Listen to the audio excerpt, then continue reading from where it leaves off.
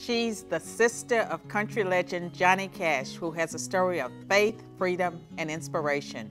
Meet Joanne Cash Yates right now on Be the People. I believe in America. I'm not giving up on the land I love.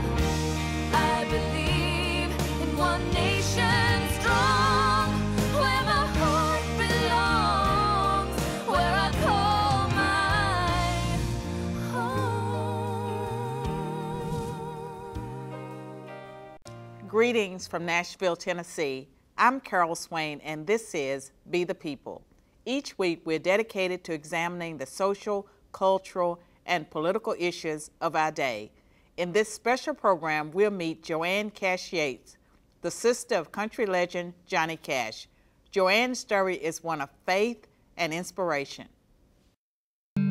Johnny and I would sit face to face in front of the radio in the living room and listen to the Grand Ole Opry, listen to all those radio programs, Inner Sanctum, The Shadow Knows, and especially the gospel music.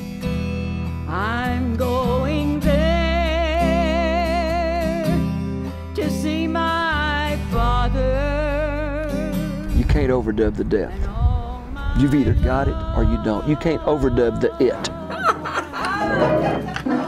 Oh my goodness, this is wonderful. If I'm a real fan of anybody, I'm a fan of Joanne. I love her music. The hope and encouragement that it gives is incomparable. I'm just going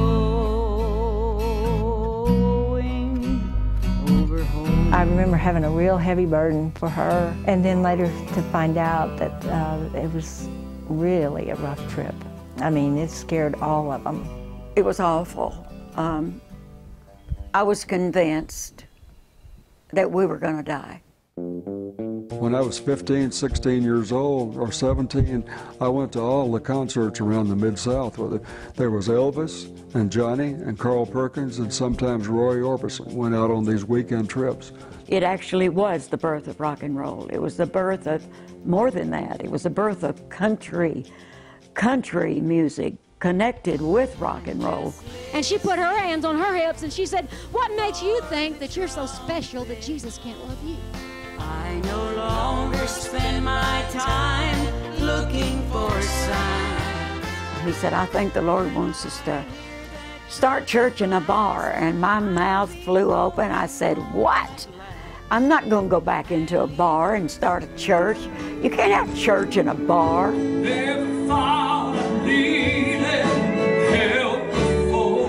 I think the Cowboy Church is a riot. I think it's a lot of fun. I love to watch Harry preach. I love the music and the spirit of the Cowboy Church. Because she's a real person and she stays true to what she believes in, I think she has the potential to speak to anybody. I mean, you know, she really got through to me, and I'm a jaded, you know, crazy 40-something. I do believe in the miracles occurring all around me. I do believe. Help me overcome my unbelief. Help me overcome my unbelief.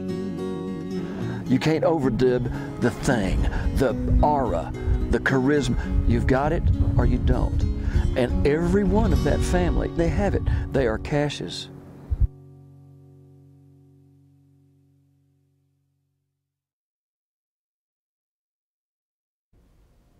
Joanne, welcome to Be the People. Tell us about your faith and the part it's played in your life. My faith has played the biggest part. Without my faith, I'd be nothing.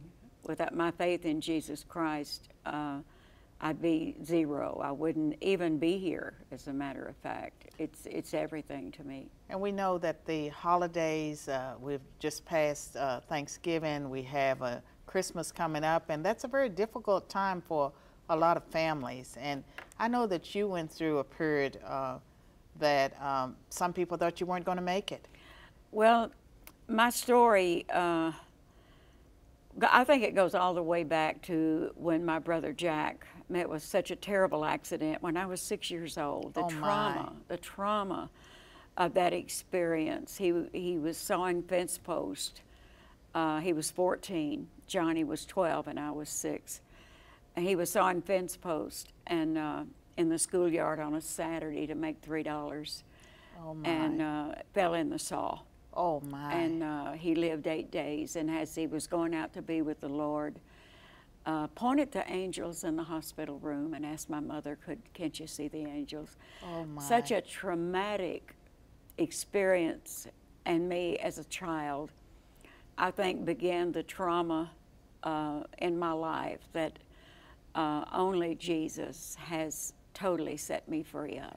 And did you immediately turn to Jesus, or was that a journey that you? It was a long, hard journey. I went through some years of such a messed up life.